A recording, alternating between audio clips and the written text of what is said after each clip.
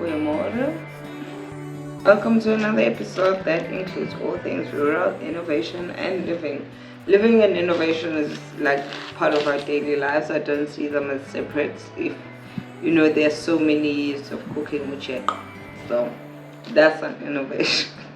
So like it's a part of our like daily lives and lived experiences. So what is this episode about? This episode is about running an e-commerce store or an online store from the rurals, what you need in terms of like infrastructure, and I'll be sharing a bit more about how I'm making it happen. So let's get into it. One,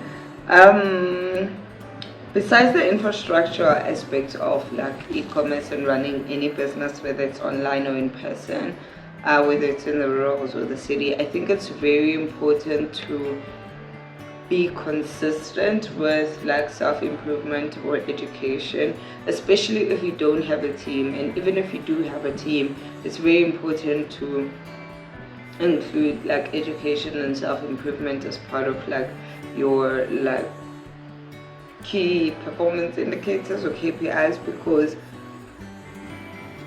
like I mentioned in one of the past episodes, that a lot of the labor that we're doing now is more mental than physical. So our physical bodies are still going to be very important because they house our mental like bodies. And so it's still going to be very important that we stay healthy, but it's going to be more important that we stay mentally healthy and we are growing mentally also, and we're staying mentally fit. And self-improvement and education is a part of like mental fitness. It's just like going to the gym for your mind. Different people do it different ways. You coming to this episode and like being curious about rural innovation, if you've never heard about it, is like a bit of that exercise. If you're going to apply it and think more in depth about it, if you're just watching this and losing, then you kind of miss the point. It's reading books, it's listening to podcasts, it's watching videos and movies and other things, exploring things that are out of your comfort zone. So that being said, I think regardless of what industry you are in and whether like what context you're in, it's important to self-educate yourself as the leader of the team and the team. If you don't have anybody else, you're the team, so you must get all the skills. So whether like anybody like you choose to learn about like you managing a website, or you choose to learn about marketing, or you choose to like learn about sort of shipping, it's up to you. Whether you should do them all at once is also up to you. Different things work for different people. I personally, my education right now is needs based. So if I'm solving something that is marketing related for my business, I will do like I'll go and learn and do like a short course or something and watch a few webinars.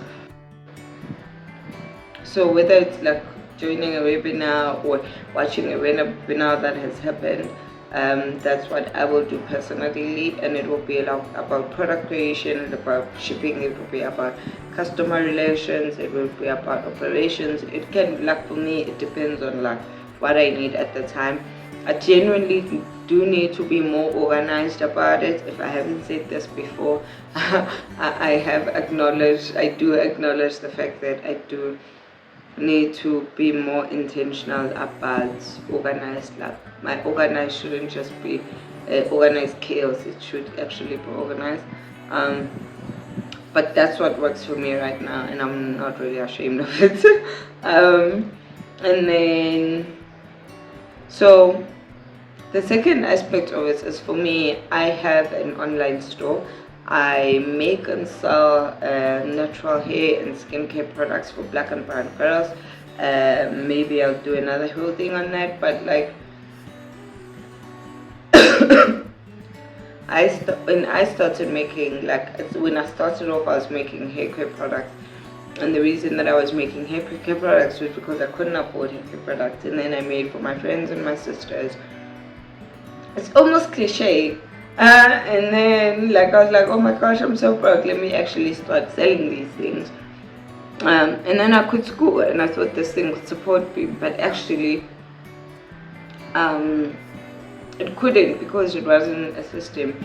If you're servicing friends and family, those are people who are more likely to give kind feedback or just not give feedback at all because they don't want to be rude or hurt your feelings. So after selling to friends and family, and then you realize that affection sort of runs out, and we actually have to deliver quality, and we have to have processes to deliver products consistently.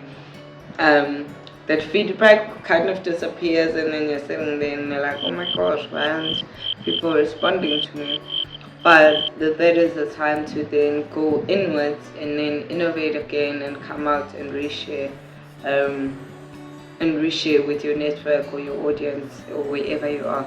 I've been a bit shy, when I've retracted, it's been a bit more difficult every time I go back. Every time I retract, it's been a bit more difficult to get back into the industry. So I feel like I really want to try and be as consistent as possible and not have those moments where I retract. Obviously, you can't foresee everything, but you can try as much as possible to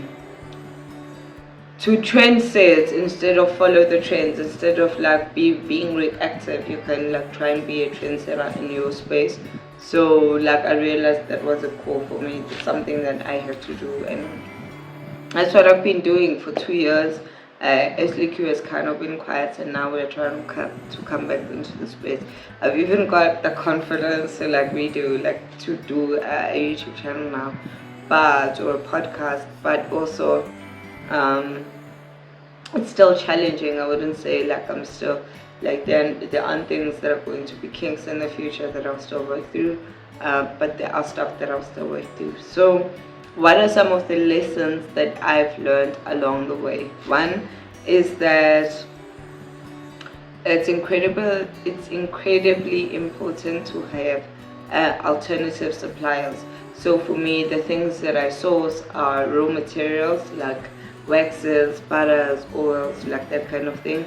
I also source packaging material and shipping material, and then I source labels. So I need to have at least 3 suppliers of those things, so that if one doesn't have it, I can get another. I have somebody else, an alternative. If that one closes down and they go out of business, I still have mine. Doesn't depend on theirs alone. I've seen when I first started off, there was an ingredient I used to use, and there was only one supplier that had it, and eventually I couldn't find that ingredient, and I had to stop. I've mentioned, I've started and stopped a few times. As much as I feel like I should be flourishing now, I've started and stopped a few times because of different challenges along the way, and that's one of the reasons that I at some point had to stop. And one of the suppliers stopped. I don't know what happened. That product just stopped being available, and then I had to restock everything, because at that time I just had 3 products and I was selling them as a combo. So if I couldn't make the one product, I couldn't sell the whole package, and I had to innovate around my whole product offering. And if you're offering a solution more than something oh, please support me because you like me, or something like that, then as much as you are not getting the reaction that you want in terms of sales and feedback, you are still invested in solving the problem. Because if you're not getting feedback or sales, it means the problem you're not addressing, especially if you're still seeing the problem consistently. I'm still seeing people say natural hair doesn't grow and all of those things, so I still think the need is there. So it's just about, okay, so why am I not reaching my target audience? Why am I not making sales? Sometimes you're reaching your target audience, but you're not making sales, and that's a different challenge. So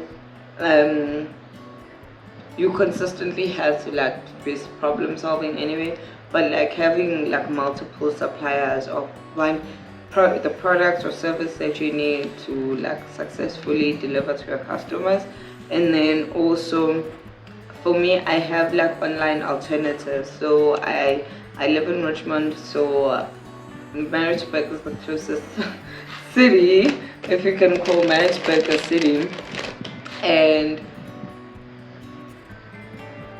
yeah, so Maritzburg is the closest city, and I saw some things from Maritzburg, but Maritzburg, some things are sometimes unavailable, and I don't always have the heart or patience or money to go all the way to Durban and buy those products, so it's just easier to get them online.